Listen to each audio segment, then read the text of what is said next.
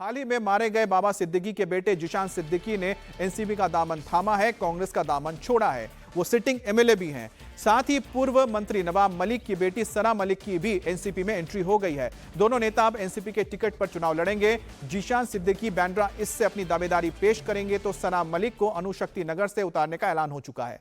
जिशान सिद्दीकी और सना मलिक के साथ साथ बीजेपी नेता निशिकांत भोसले पाटिल और पूर्व बीजेपी सांसद संजय काका पाटिल भी एनसीपी में शामिल हुए हैं। सभी नेताओं ने अजित पवार और सुनील तटकरे की मौजूदगी में एनसीपी की सदस्यता ले ली है।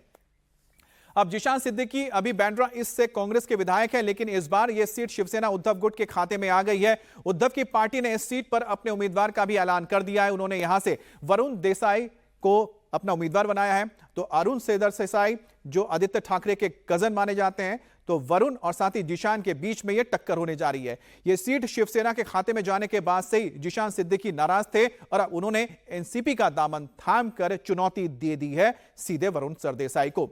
अब एनसीपी में शामिल होने के बाद जिशान सिद्दीकी ने कांग्रेस पर भी करारा हमला बोला है। उन्होंने कहा है कि मुश्किल वक्त में सारे लोग रंग बदलते हैं, लेकिन इससे उन्हें फर्क नहीं पड़ेगा। बांद्रा इसकी जनता उनके साथ है और एक बार फिर से वो रिकॉर्ड मार्जिन से चुनाव जीतेंगे।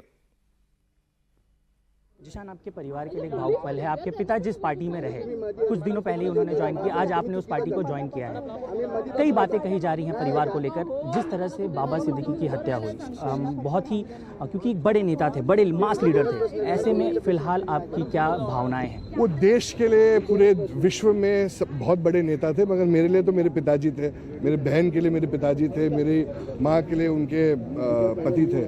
तो हमने तो उनको एक अलग ही रूप में हमेशा देखा है, हंसते खेलते देखा है, हमेशा घर पे साथ में डिनर करते हुए देखा है। तो वो जो पल है तो वो वापस कभी आएंगे नहीं, मगर उनके लिए जो न्याय है वो लड़ाई हमें ज़रूर लड़नी है।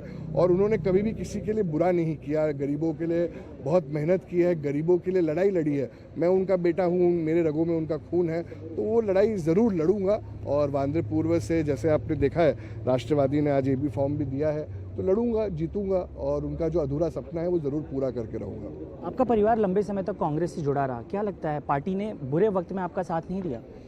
राहुल गांधी से बात हुई आपकी? नहीं, मेरी तो नहीं हुई, पर उनका कोई कांटेक्ट नहीं हुआ। पर देखिए, जब कठिन समय आता है तो बहुत से चेहरे के रंग बदलते हुए दिखते हैं, और हमें भी बहुत रंग बदलते हैं। वो राजनीति में भी है और राजनीति के बाहर भी है। बहुत चेहरे जो है उनका रंग बदलता हुआ देखा है। पर मेरे पिताजी ने मुझे यही सिखाया है कि जो लड़ता है और अंत तक लड़ता है, उसकी हमेशा जीत होती है। और हमने कभी किसी का बुरा नहीं किया है, लड़ाई की है लोगों के लिए, गरीबों के लिए, और वही करते आ रहे हैं। महाविकास आघाड़ी ने बीच में भी, इस कठिन समय में भी बहुत झूठे वादे किए, हिपोक्रेसी की सीमा पार की, और फिर ऐसी कैंडिडेट अनाउंस कर दिया। कोई कह रहे थे अनअपोज करेंगे, कोई ये करेंगे, रिस्पेक्ट देंगे, वो देंगे। मैं ठीक है, मुझे लड़ाई से तो कोई परहेज नहीं है, क्योंकि पूरी जनता मेरे साथ है। और एक रिकॉर्ड ब्रेकिंग विक्ट्री अब इस बार बांद्रा से देखेंगे।